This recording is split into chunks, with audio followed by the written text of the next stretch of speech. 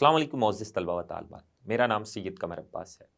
मोअज़्ज़िज़ तलबा व तालिबात, इस लेक्चर में हम मुंशियात की आदत से मुतल्लिक़ा मसाइल के बारे में पढ़ेंगे और एंटीबायोटिक्स की 2 इक़साम के बारे में भी पढ़ेंगे। तो आइए चलते हैं ग्लास बोर्ड की जानिब। अस्सलाम वालेकुम मोअज़्ज़िज़ तलबा व तालिबात। आज हम मंशियात की आदत और मंशियात से मुतल्लिक़ा मसाइल के बारे में पढ़ेंगे। तो मंशियात की जो आदत है, ये मंशियात को जो इस्तेमाल करने वाला इंसान है, उसके लिए बहुत ही ख़तरनाक साबित होती है। क्योंकि मुआशरे में जो इंसान मंशियात का आदी हो जाता है, मंशियात का जो आदी इंसान होता है, वो मुआशरे में दूसरे लोगों से मेल-जोल और तबादला-ए-ख़याल से कट जाता है। वो मुआशरे के किसी दूसरे इंसान के साथ मेल-जोल नहीं रखता और ना ही दूसरे इंसान इसके साथ मेल-जोल रखते हैं। और दूसरे इंसान जो मंशियात का आदी इंसान होता है या मंशियात का जो गलत इस्तेमाल करने वाला इंसान होता है, उससे तबादला-ए-ख़याल भी काट देते हैं, उससे तबादला-ए-ख़याल नहीं करते और ना ही ये मुआशरे के किसी दूसरे के साथ तबादला-ए-ख़याल करता है। इसके अलावा जो साइंसेज़ के माहिर हैं, जो मंशियात की साइंसेज़ के माहिर हैं, उनका ये कहना है कि जो मंशियात का इस्तेमाल या मंशियात की आदत है, इसका जुर्म के साथ बड़ा करीबी ताल्लुक है। तो ये हम जानते हैं कि जो मंशियात का आदी है, वो कौन-कौन से जराइम में शामिल हो सकता है और उसे कौन-कौन से मसाइल का सामना करना पड़ सकता है सिर्फ़ मंशियात की आदत की वजह से। तो मंशियात कहते हैं नशावर अद्वियात को। मंशियात का गलत इस्तेमाल करने वाला मुआशरे में मेल-जोल, मुआशरे के दूसरे इंसानों के साथ मेल-जोल और तबादला-ए-ख़याल से कट जाता है। यानी ना ही वो मुआशरे के दूसरे इंसानों के साथ मेल-जोल करता है, ना दूसरे इंसान इससे मेल-जोल करते हैं और ना ही वो मुआशरे के दूसरे इंसानों के साथ बातचीत करता है और ना ही दूसरे इंसान इसके साथ बातचीत करते हैं, सिर्फ़ इसकी मंशियात की आदत की वजह से।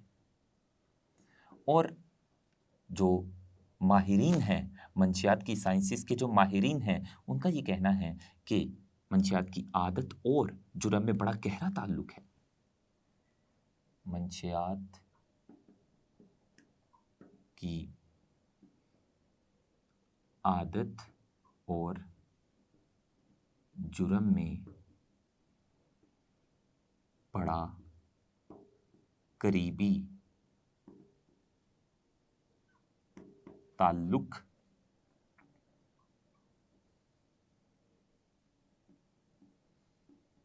पाया जाता है।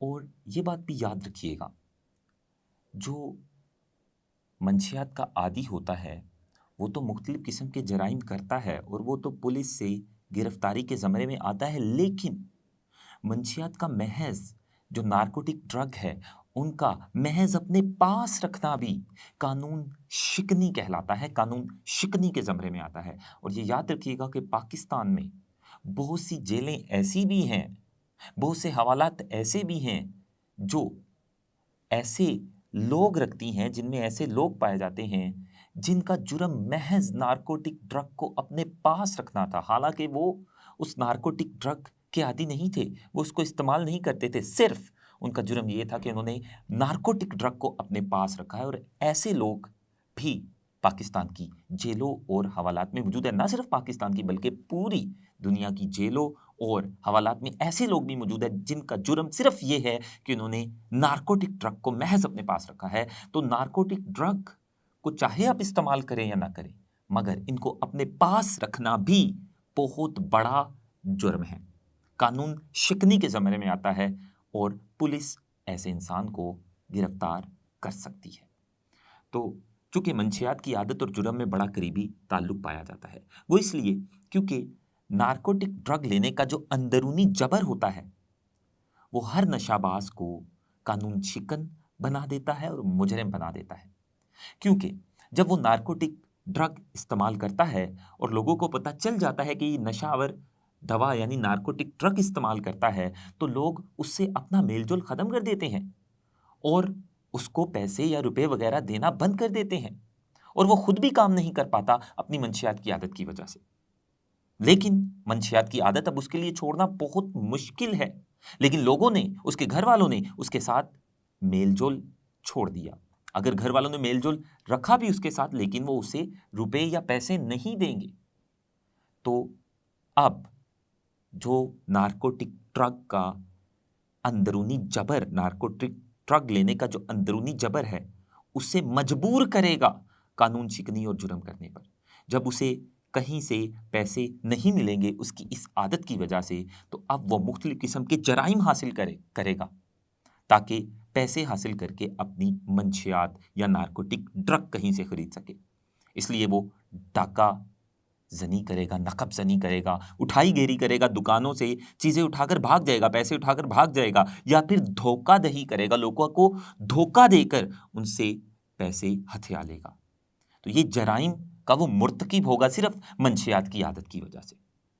तो मंशियात की आदत की वजह से इंसान कौन कौन से जराइम में मुलव्वस हो सकता है, हम उन जराइम के बारे में लिख लेते हैं। मंशियात की आदत की वजह से इंसान मदरजा झैल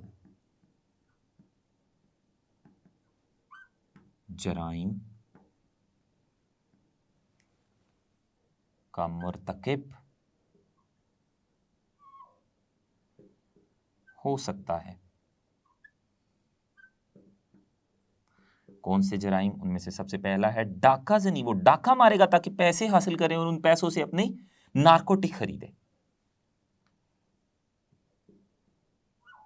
इसके अलावा नकब जनी,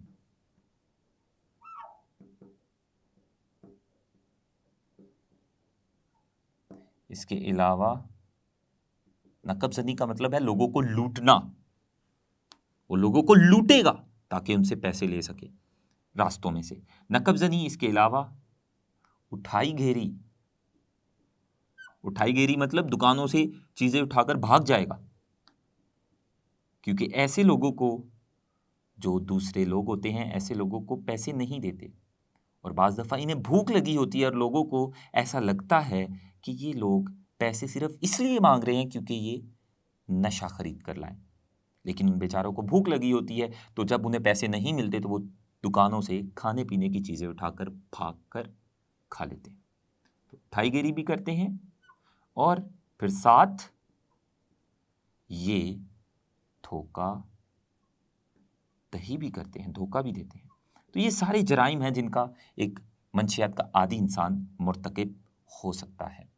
और मैंने आपको ये भी बता दिया कि महज नारकोटिक ड्रग को पास रखना, चाहे आप इस्तेमाल करें या ना करें, ये भी बहुत बड़ा जुर्म है। और हर नशाबाज, और नशाबाज के साथ साथ वो इंसान जो नारकोटिक ड्रग को सिर्फ अपने पास रखता है, वो भी पुलिस से गिरफ्तारी के ज़मरे में आता है। तो ये वो जराइम है जो मंशियात का आदी कर सकता है।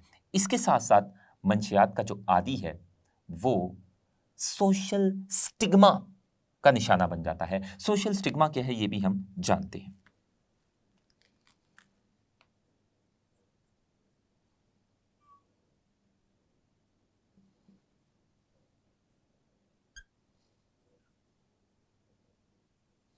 सोशल स्टिग्मा क्या होती है?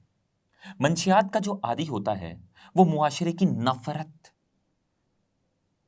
का उसको सामना करना पड़ता है, क्योंकि जो मंशियात का आदी इंसान होता है वो नाकाबिले यकीन हो जाता है, वो नाकाबिले भरोसा हो जाता है।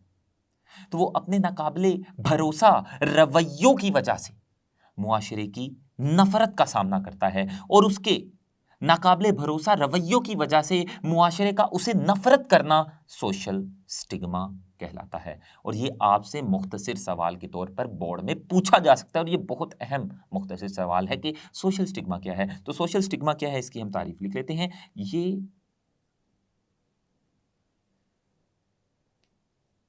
मुआशरती नफरत है जो नशाबाज को या नशा इस्तेमाल करने वाला जो इंसान है उसे, जो नशाबाज को अपने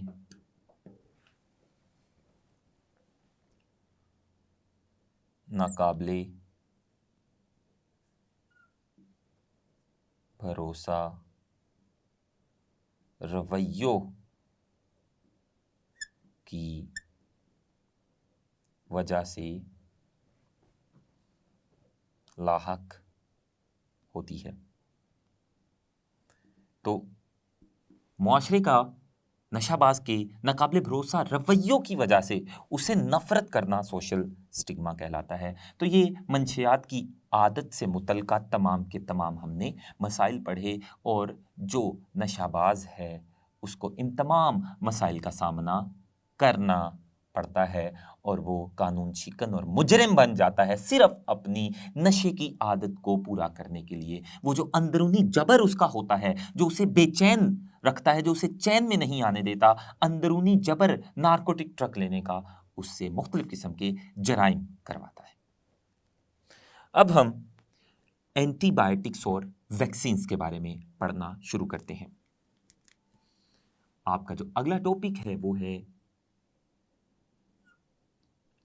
antibiotics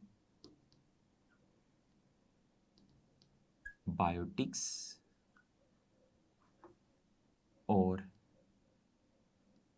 vaccines.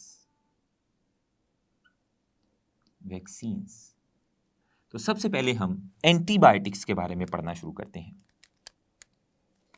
Antibiotics,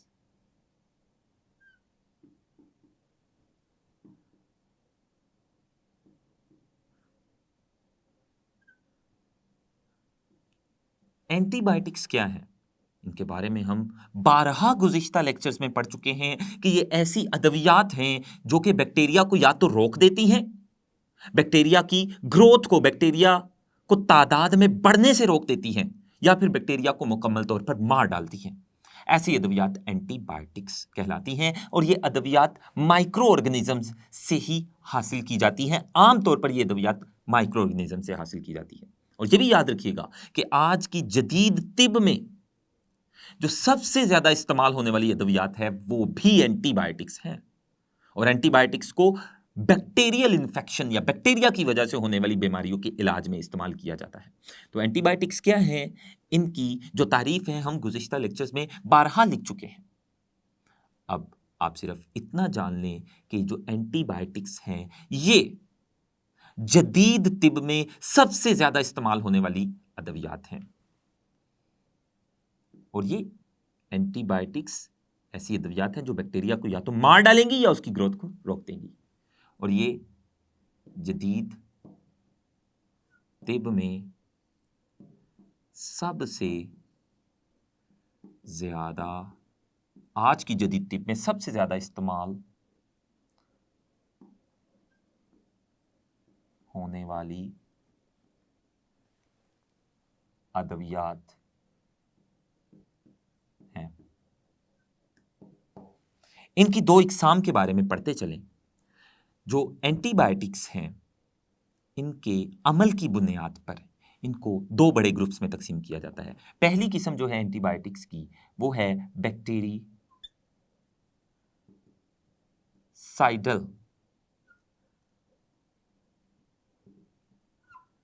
antibiotics.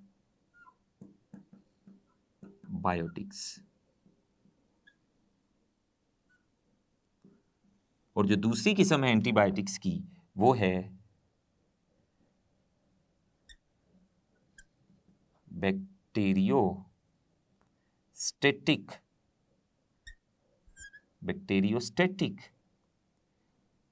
Antibiotics. Biotics, इनमें फर्क क्या है? बैक्टीरिसाइडल ऐसी एंटीबायोटिक्स हैं जो बैक्टीरिया को मार डालती हैं। ये एंटीबायोटिक्स बैक्टीरिया को मार डालती हैं, तो ऐसी एंटीबायोटिक्स जो बैक्टीरिया को मार डालती हैं उन्हें हम बैक्टीरिसाइडल एंटीबायोटिक्स कहते हैं। जबकि बैक्टीरियोस्टैटिक एंटीबायोटिक्स ऐसी एंटीबायोटिक्स होती हैं जो बैक्टीरिया को मारती तो नहीं है, हाँ, ये बैक्टीरिया की ग्रोथ को रोक डालती है, यानी बैक्टीरिया की तादाद को बढ़ने नहीं देती। ये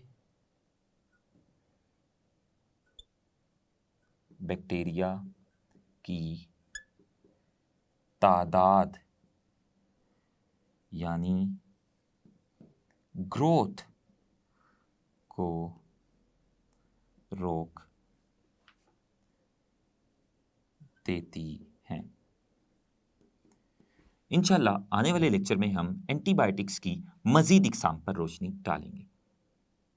मोअज़्ज़िज़ तलबा तालिबात, हमने पढ़ा कि जो मुंशियात के आदी इंसान होते हैं उन्हें मुआशरा में किन किन मुश्किलात का सामना करना पड़ता है और वो मुजरिम कैसे बनते हैं और वो कौन कौन से जराइम में मुब्तला हो सकते हैं। और हमने पढ़ा कि सोशल स्टिग्मा क्या है। मुआशरे की इन मुंशियात के आदी लोगों से इनके नाकाबिले भरोसा रवैयों की वजह से नफ़रत सोशल स्टिग्मा कहलाती है। और फिर हमने एंटीबायोटिक्स की दो इकसाम जो कि बैक्टीरियोसाइडल और बैक्टीरियोस्टैटिक एंटीबायोटिक्स थी उनमें भी फ़र्क किया। इंशाल्लाह आने वाले लेक्चर में एंटीबायोटिक्स की मज़ीद इकसाम पढ़ेंगे। अल्लाह हाफ़िज़।